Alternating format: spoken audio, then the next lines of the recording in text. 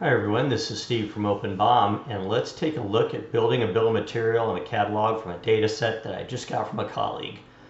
Just sent this to me. It's a SOLIDWORKS model of a pump, and I need to build a catalog and a bill of material for this. First thing I've done is I've installed the OpenBOM Add-in, and I've signed in. I've indicated that I'm going to build a parts list in this case. I'm going to build a new template for the axial pump.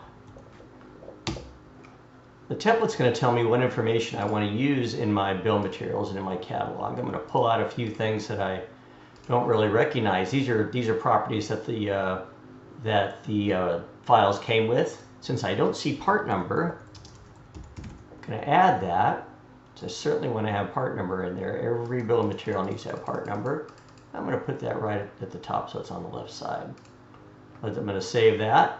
I'm also going to use that same template to create my catalog. So the first thing we do in OpenBOM is create a catalog. So let's go ahead and do that.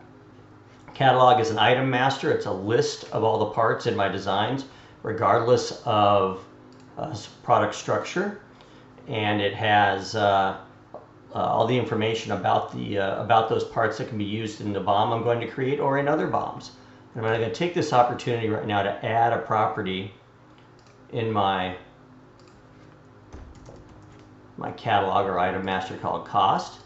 And it's where I'm going to track the cost for each one of these things. For right now, I'm just going to put a value in here and pull it down so that each one of these, I realize that this price may not be the right price for each of these, but there we go. We've got a price in there. We've got a catalog created called axial piston pump.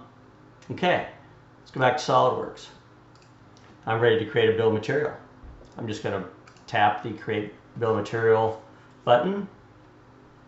OpenBOM is now going to capture a BOM that has, you see I've got some structure in here. It's going to create a bill of material with all of these bits and pieces. And I'm going to assign, you notice that right now we don't have any costs shown here. I'm going to assign the axial pump catalog and remove any of the duplicates because some may exist in both the catalog and in the BOM. And I now have bill of material. Let's use my part number here. It's important to change this BOM link to be part number. I now have a bill of material from SolidWorks, the information from my catalog, including cost. So that's how we start with a data set that's brand new and end up with both a catalog and a bill of material in OpenBOM. Thanks.